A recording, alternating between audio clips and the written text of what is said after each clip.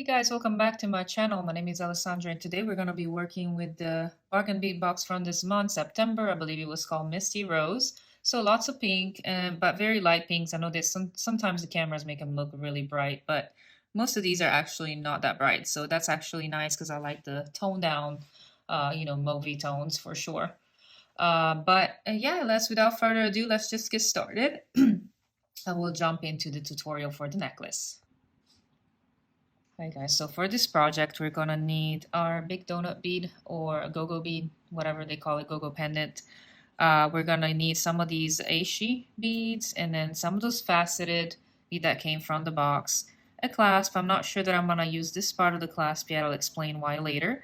One of these go-go metal beads and then these filigree looking almost arabesque metal beads, spacers. And then I'm going to use from my own stash a filigree that's kind of in the shape of a V, but if you can find anything similar to that, or a bail, if you don't have it, you can use a simple bail. And then I'm going to use another piece of filigree that I've bent that I'm going to make it basically into a bail. And then I'm going to have some wire guardians, probably more than one. I'll have to pull out more, possibly some jump rings, and of course the spacers, some bead caps, one of these bigger 10mm beads that are quartz as well. These are glass, these are quartz. I might need more of these, I'm not sure yet. And then I'm going to do sort of a stringing project that is a little different. I'm going to be using 19 strand bead alon. This is sort of a gold color, but whatever you have, it doesn't matter. You can always cover it up a little bit if you want to. But yeah, I'm going to get started. So the first thing I'm going to do, I'm going to work on this pendant. So I'm going to take my filigree and I'm just going to kind of pop it in there because I've already kind of bent it a long time ago. Let's see, this filigree I bought like eons ago. I'm talking about a long time ago. These are from VJS, Vintage Jewelry Supplies, and that's the number if you want to try to find them. Now they're flat filigree, and I just bent them in this manner, sort of just kind of bent them on themselves. But I would suggest that you use whatever you have. There are several filigree pieces that are copper that come from Bargain Bead Boxes. You can just kind of look around to what you got, or bail, or you could even wire wrap if you don't have those things. Just get a little creative if you wish. Then I'm going to kind of pinch this one together with some pliers. And I'm going to try to make the wire this meet, basically. So I'm just going to try to push these together so that they become sort of a bail. Now, filigree can be a little delicate, so be careful when you use it. Like, that's what I have several because you can break it. I used to do a lot of Victorian style jewelry. That's what I have a lot of these leftovers. And I still use them sometimes. I still like the look. I just don't do it as much. Then I'm going to take the V. You could also take one of these bells maybe. It's up to you, but I just like the Victorian look, so I wanted to do something of that manner. And the way I'm going to connect these, I thought about, you can either connect them with a jump ring, but what I'm going to do, I'm going to try to actually make sort of a connection with these beads and these bead caps because I want it to look more Victorian. So I'm going to get some wire and I'll be right back. So I decided to go with this 20 gauge wire that is just pure copper. Now don't worry if your copper is a little bright, mine is, because it will oxidize by itself over time and it'll become that lovely antique copper that you see over there. So you just need a little piece. And what we're going to do, we're just going to straighten it up a little bit like that with your fingers and warm up the wire just a little bit. And then you're going to take your, actually let's go ahead and make a loop first. So we're going to take our flat nose plier, so right here. And you're just going to bend the wire just like that. And then you're going to cut it a little bit because this is very big. So about that much maybe even a little more, just like that. And then you're going to take your round nose pliers. Hang on, I can't find mine. Okay, so you're going to take your round nose pliers and you're going to find a good sort of front middle. And you're just going to make a loop by rolling it towards you. Okay, just like that. Now, if the loop is not perfectly closed, it's okay because you're going to have to open it anyway. And so you're going to take your wire and try to straighten it a little bit, just not too much. That way you work hard in it as well. We talked about this before. So you're going to take a bead cap. Actually, you know what? I want a little bit more stability, so I'm going to try to slide an 11-0 in there. I don't know if it'll fit. We're going to try to slide an 8-0 on there. As you can see, I don't always know everything. It just takes, you know, trial and error with jewelry. I talked about it before. Let's just take a NATO to kind of stabilize it and take my bead cap. You guys know I'm not a big fan of bead caps, but this is sort of a Victorian design, so I like Victorian designs and bead caps in that instance, just not like with modern looking jewelry that much. But you know, it can be done.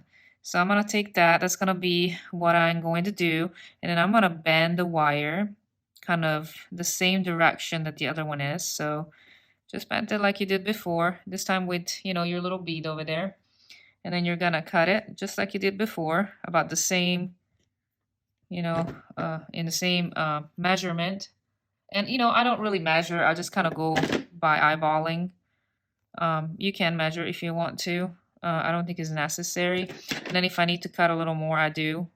I just usually cut a little more when I feel like if the loop is too big. I don't want my loop to be giant, especially for this delicate design. So now you got your loop. And we're going to use one of these loops. We're going to take it with some of these pliers. And we're going to open it like as we would a jump ring, like this. And then we're going to take our pendant, which I think this might be a little bit too small. So we're going to take our filigree and we're going to slide it in there. And then we're going to close it. And, you know, try really hard not to mar the wire. It's kind of hard to do with copper sometimes because it's so soft. But there you go. So and make sure that everything is nice and tight. You might have to go back and just kind of wiggle the wire around a little bit. You know, it's never like super perfect. You just kind of have to work with it.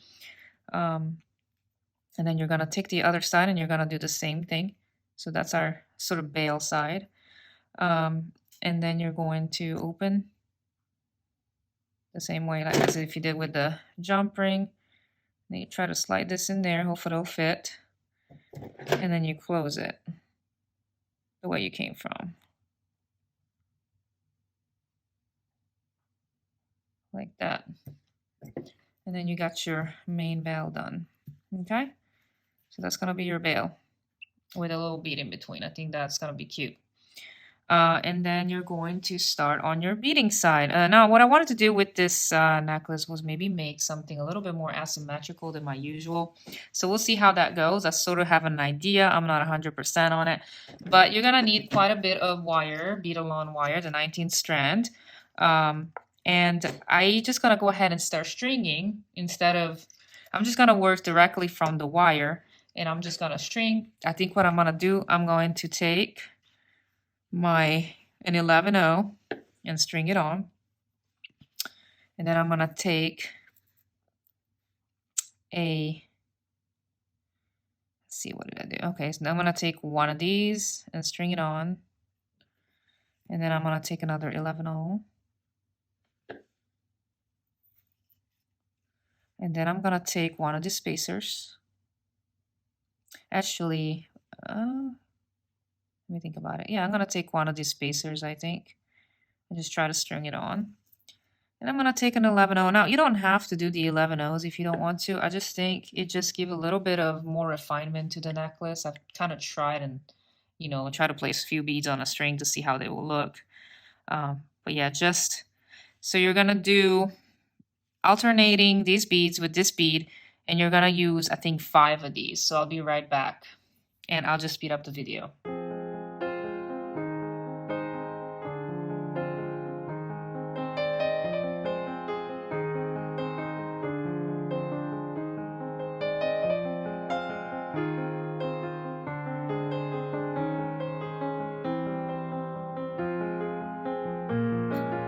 Okay, so far I've strung this, so 1, 2, 3, 4, 5 of these with 1, 2, 3, 4, 5, 6 in between. So I usually just stop and kind of measure what's going on as far as length. So we're only at 5 inches, and I want this to be a 16-inch necklace. It's not going to be 16 inches.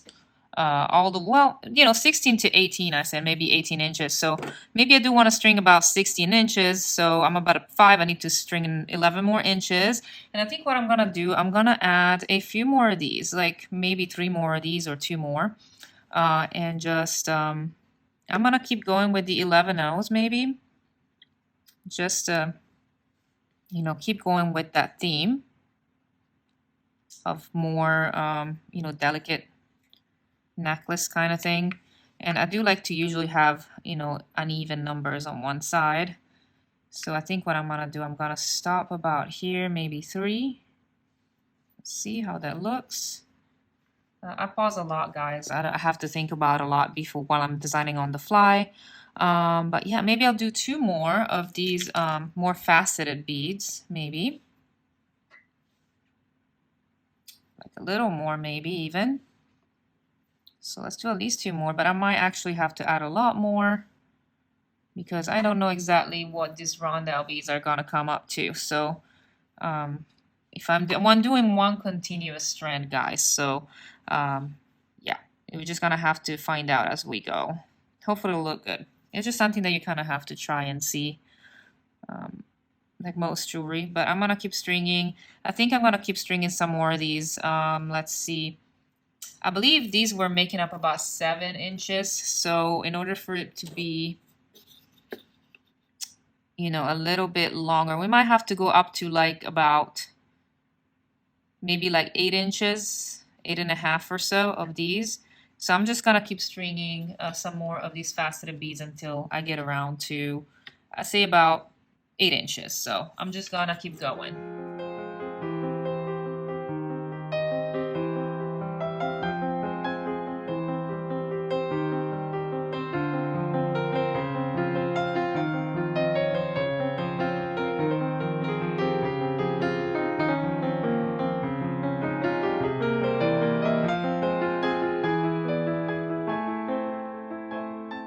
Okay, I've turned on more lights. It's very dark outside. So let's see. So we're about a little bit over 8 inches.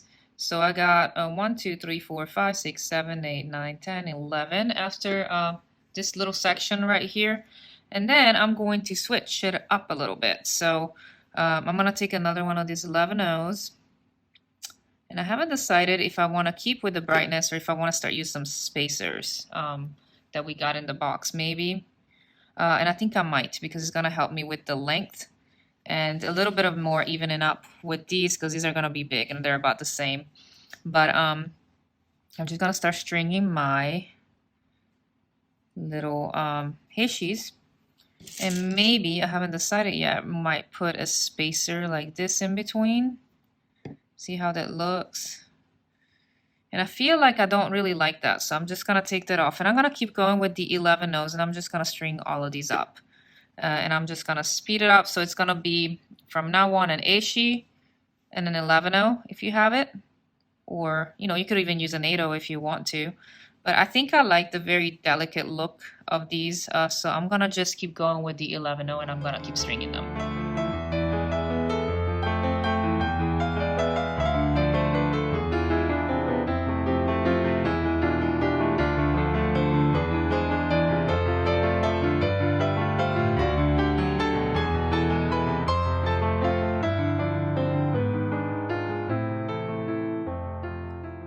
Okay, guys, I think the length is about 17 inches, so it's just a little bit longer than I thought I would make it. Maybe I'll try to make an 18-inch necklace. I could also take some of these out if I feel like there's too long before I actually, you know, finalize my design.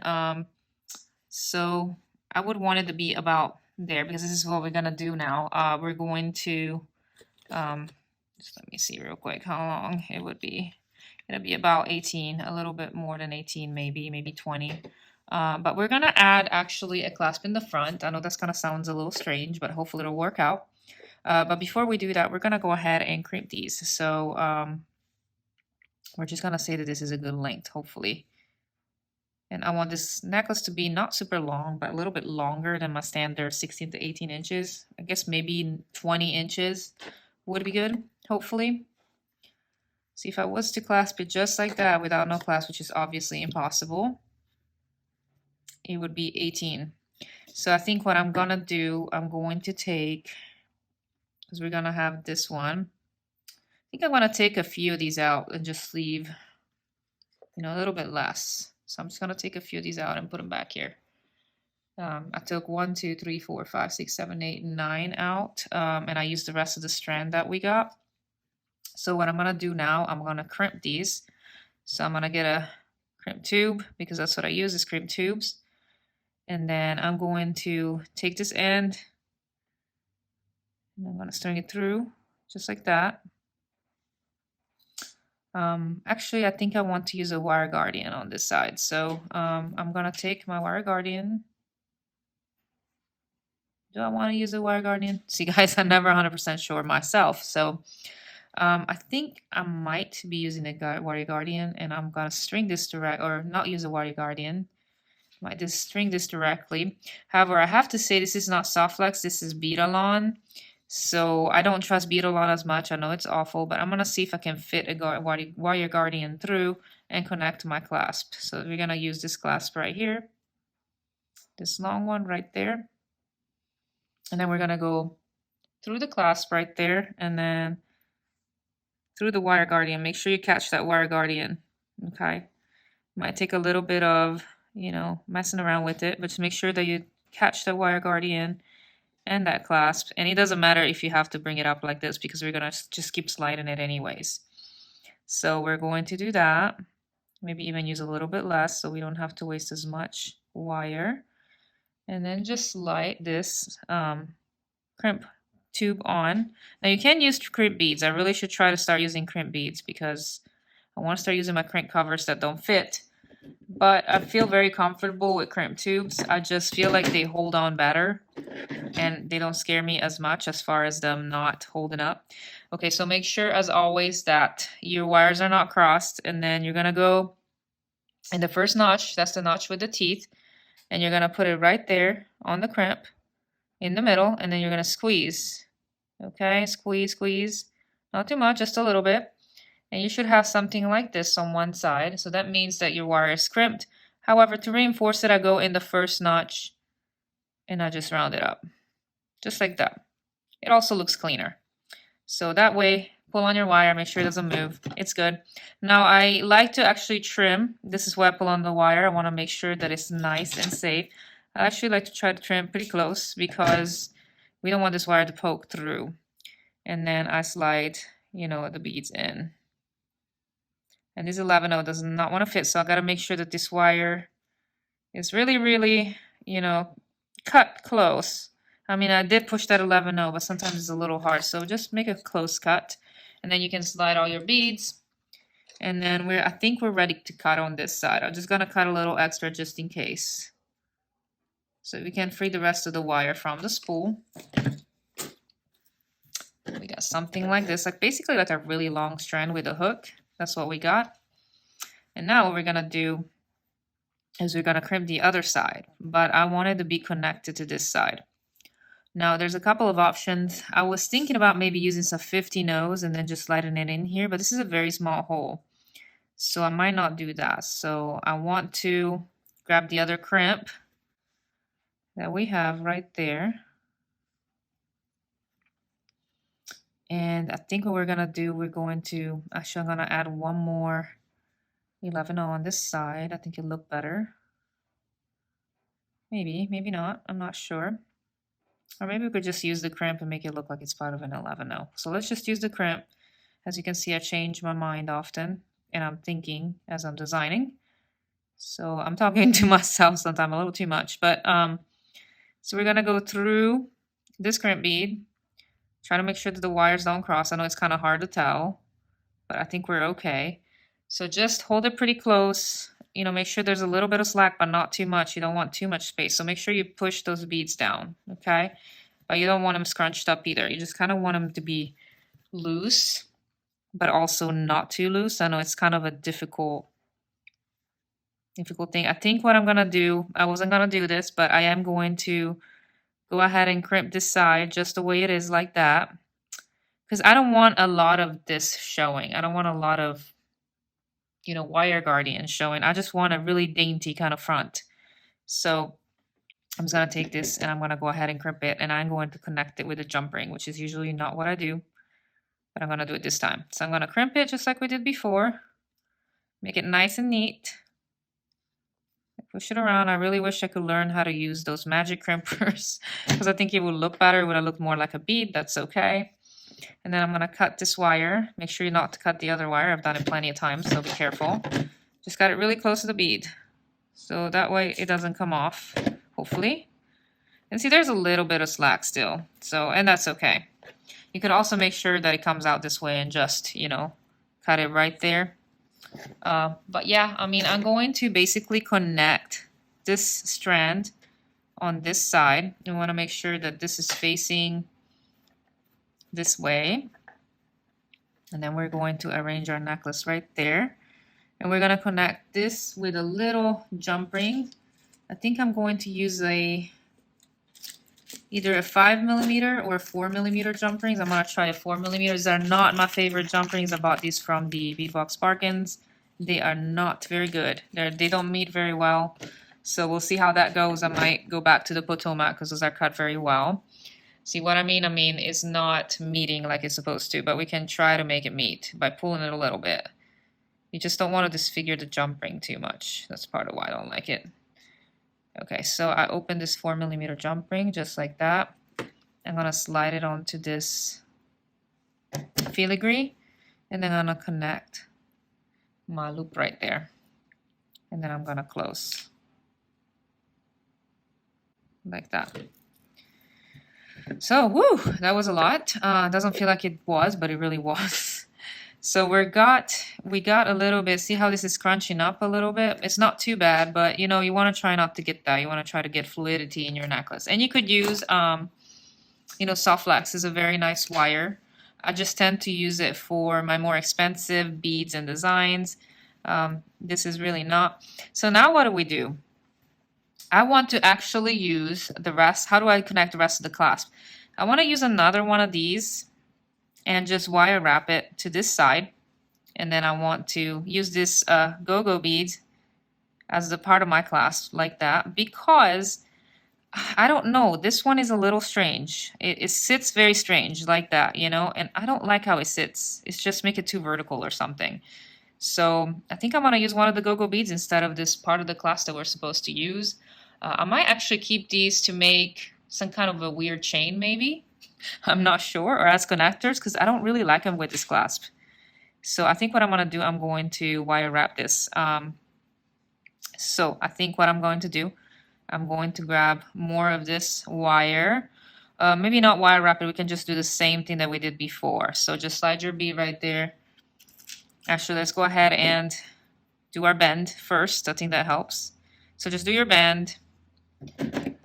Cut a little bit of wire like that, and then we're just going to loop it around just like we did before, like that. So we got a small loop. You can make a bigger one if you want to. Maybe I made a smaller, too small, we'll see. And then I'm going to string an 11-0. Oh, no, it wasn't an 8-0 because the 11-0s were too small, so I'm going to string an 8-0 like that. And then I'm going to string, you could also like just connect it with a jump ring if you wanted to make it shorter, but I think I'm going to add this bead and see how it works. So I want to use the other bead caps. So I want to use this one again, a bead cap, and then an 8-0. And then we're going to do what we did before. So we're going to do the same side, straighten it up a little bit, and then bend it. You know, a lot of wire work, I think, the kind of wire work I do, which is really simple, it just tends to be, you know, very repetitive, I guess. But I would like to learn more wire wrapping techniques, but to be honest, it's just something that, I'm not saying I don't like it, it's just something that has never interested it as much, unfortunately. I really wish, you know, I was into the whole wire wrapping, decorating, but I just can't seem to get on it. Maybe I'll have to do it and see if I like it. But I bought books on it too. I just haven't really ventured out. Feel very comfortable with certain other things like beading, wrapping, metalsmithing, but as far as wire work, I don't know, not so much. So let's see if this works, because it might not work. I might have to change this, but we're gonna do what we did before. So we're gonna open a little jump ring. So let me get the other pliers are a little bit more precise, but Just open your jump rings and just connect it right there. And then just close it up. Just like we did before. Close it really well so nothing slips off. And everything stays nice and neat. And then we're going to do that with our go-go bead. So we're going to open this, or we could even use a jump ring maybe. Kind of don't want to use a jump ring. So I just kind of want to see if I can just, sorry, hair there, but I just want to kind of see if I can just get away with just opening the jump ring, opening the loop like a jump ring and then just sliding this in. Let's see if we can get away with it. Might be too tight, I don't know. Sometimes I make my loops too small. And then just close it where it came from. Hopefully it's close enough. Sometimes I like to squeeze it just a little bit just to make sure. Okay, so now we got the go-go bead and this is our necklace. The only thing that I'm not convinced about, I liked how it turned out. It's very pretty. I think I don't like this jump ring that much. I feel like it's very dark and strange. But I was thinking what I could do is maybe slide another one of these beads and see if I can just get it a little bit more neat. And I might use one of these jump rings that are a little better. These are from Potomac. And they're very even. I think it was one of these that I had sitting out. So one of these and take out that jump ring and let me slide this in and I'll be right back. Okay, so let me show you guys. I'm just sliding this in kind of like what I did in a pair of earrings that I've done before. And I just want to cover, be careful not to break your wire, of course, like I almost did. I just want to cover some of this bead and this opening. So I'm just going to slide another bead on there very carefully. And then I'm going to slide my jump ring. This is a bit of a bigger jump ring too, but I think the color will make it look better. I might be wrong. Another thing I was thinking about, if I don't like how this look, I might just do some dangles and just grab some smaller beads and just maybe do a dangle. So I'm just going to go in there and I'm just going to close it up just like that. Just make sure everything is closed really well. So we're doing the jump ring as always. Very common technique. But here you go, you guys. Let me kind of clean up and then we can take a look at how this looks. And I think I like it a lot better already. I think it just looks better. I'll be right back. And there you go, you guys. It's very simple, Victorian feeling asymmetrical necklace. I think it turned out really cute. I will probably take pictures later, maybe tomorrow, because today is kind of a horrible day for pictures. But I'll put it on my dress form and hopefully I can get some cute pictures and I can show you how, it looks like on and hanging on a mannequin, which is very similar to a person or a dress form.